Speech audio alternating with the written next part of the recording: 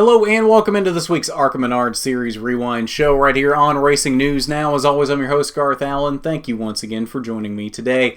If this is your first time catching a Racing News Now video, consider going down below to hit that subscribe button and ring the bell for notifications so you don't miss a thing going forward from RNN. On today's ARCA Rewind, we are looking back at Saturday night's Southern Illinois 100 laps, 100 miles around the 1 mile DuQuoin State Fairgrounds racetrack in DuQuoin, Illinois. And this was,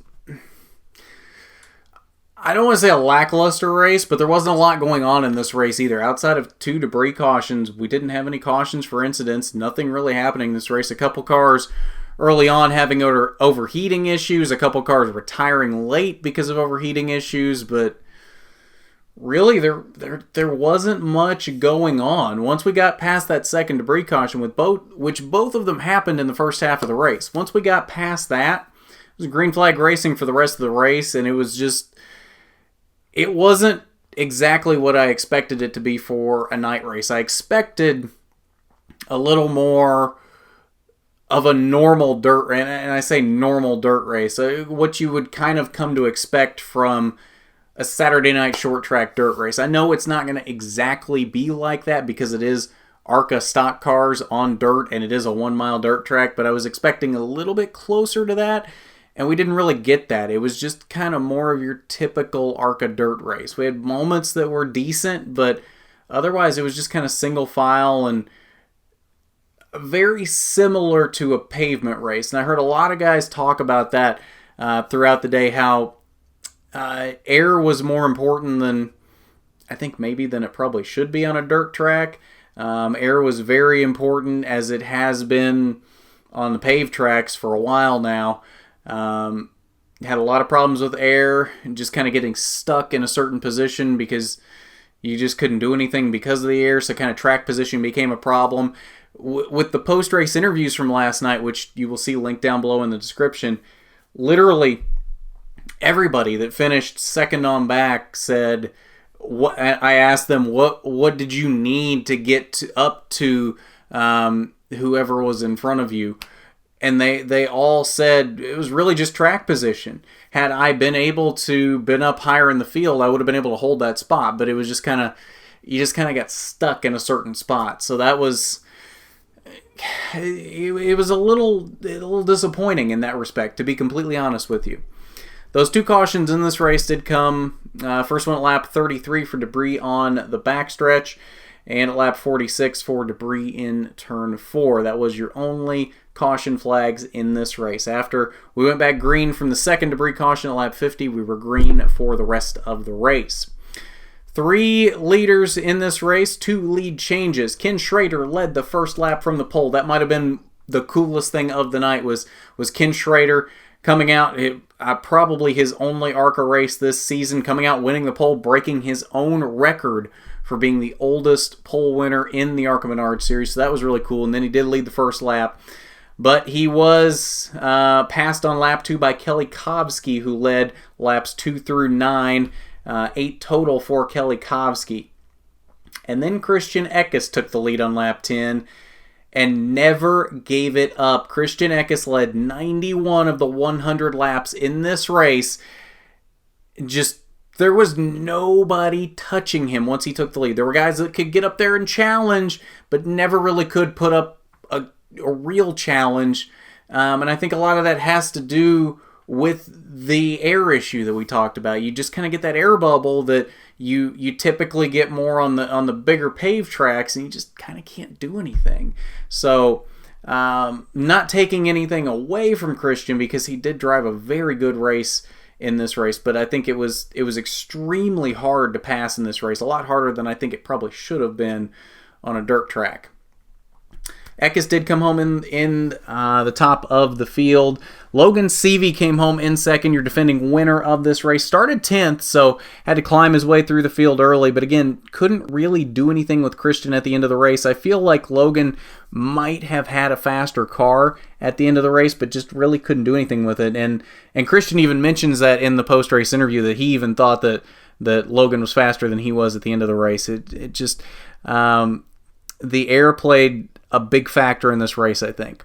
Corey Heim, a strong run in the third position. We talked about him at Springfield, how fast he was before he had a few issues at the end at Springfield and wasn't quite able to get the finish that he deserved at Springfield.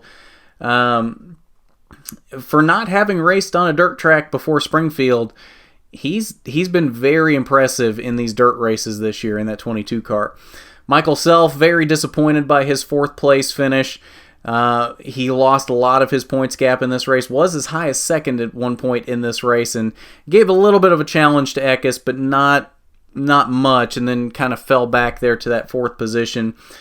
He was he looked defeated after the race. You could tell that he was not happy with that, with Christian leading far and above the most laps in this race, winning the race, and really the only points he left on the table in this race was in qualifying because he finished second. Had he started on the pole, he'd have gained, I think it's 5 more points. I think that's how that works. I think it's 15 for the pole, 10 for second, and 5 for third.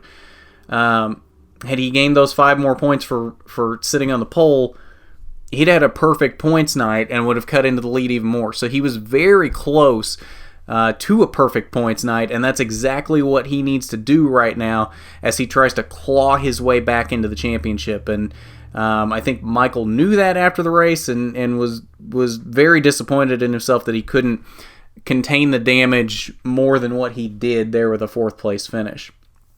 Kelly Kovsky rounded out the top 5. Rest of your top 10 were Riley Herbst, Travis Braden. Kenny Schrader landed in the 8th position. Brett Holmes and Ryan Unzicker rounded out the top 10.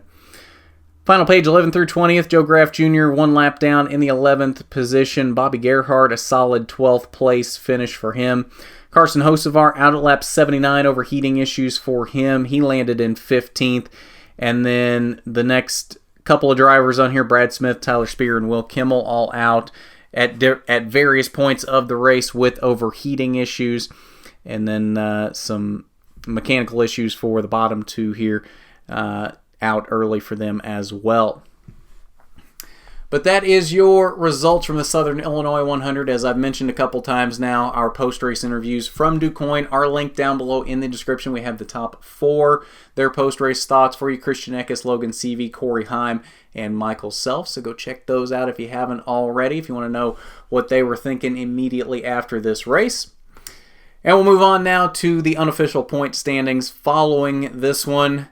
3 races remaining in this season, and this points battle is really tightening up here.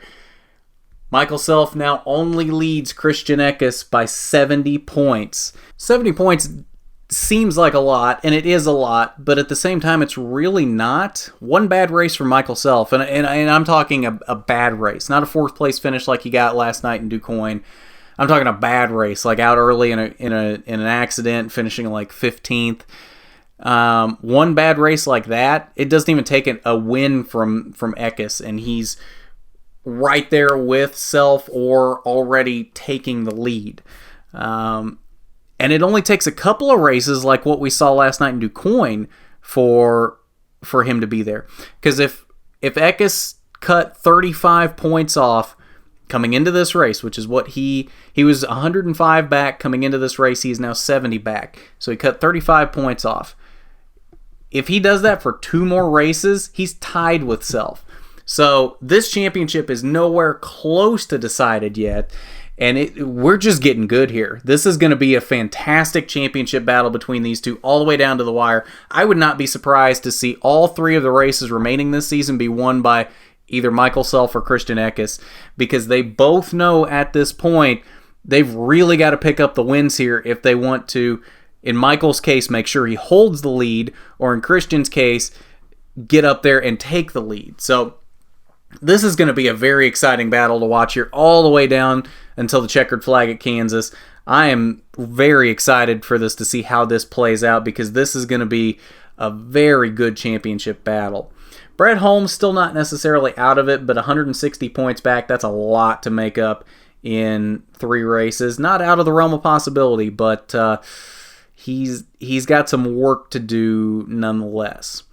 And then Travis Braden back here in 4th, 235 points back, so he's got quite the gap there. And then Joe Graff Jr., I believe, is mathematically eliminated at this point. I'm not 100% sure on that, but 390 points is a lot in 3 races, and I don't think that's possible with what the field sizes are right now in ARCA. I don't think that's going to be possible for him to make up, especially with where that 77 car has been running as of late. I don't see that happening. So really, in all actuality, we've got a 2-horse race here. Brett Holmes could sneak his way back in here, and Travis Braden's going to need a miracle. Not completely out of it at this point, but he's pretty well going to need a miracle at this point. Brett Holmes could sneak in there, but mostly we've got a 2-horse race here, Michael Self and Christian Eckes, and it's going to be really exciting to watch down the stretch here what happens with these two. And remember, between the two of them, they've both won at every track going forward. They both have wins on 2 of the 3 for the rest of the season. Eckes has won at both Salem and at IRP, and Self has won at Salem and Kansas. So we're going to some tracks that are very good tracks for both of them, and it's going to be so fun to watch here what happens in these final 3 races and who ends up coming out on top in this battle. It's going to be so fun.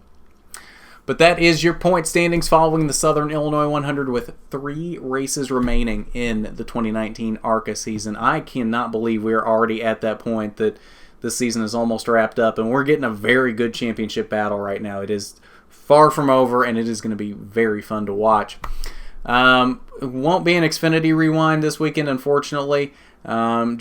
Just not going to be able to have the time to do it, unfortunately, with everything going to DuQuoin and back, and then got the Cup race coming up tonight. Got to make sure we've got that covered well. So it's just not going to happen, unfortunately. But yes, Cup race coming up tonight. Throwback race, Southern 500 from Darlington. So that'll be a fun one. Look for Rewind show maybe late tonight, probably tomorrow though. We'll see how that exactly works out, but it'll be as quick as possible out to you, I assure you that. But as usual, diecast review coming up on Wednesday, and then of course coverage from Indianapolis next weekend. I'll have a unique view of both the Xfinity and the Cup races. I will be a spotter for one of the pit reporters on the radio broadcast, so I'll get a kind of a unique view from down on pit road of that. So my view for the Rewind shows next week for those might be a little different than normal, but they will come out nonetheless. But if you haven't done it already, you need to go down below, hit that subscribe button, ring the bell for notifications so you don't miss a thing going forward from RNN. While you're down there, why don't you hit that big thumbs up button if you like the video. It is much appreciated when you do. But at that, this has been the ARCA Menard Series Rewind Show. I'm Garth Allen for Racing News Now.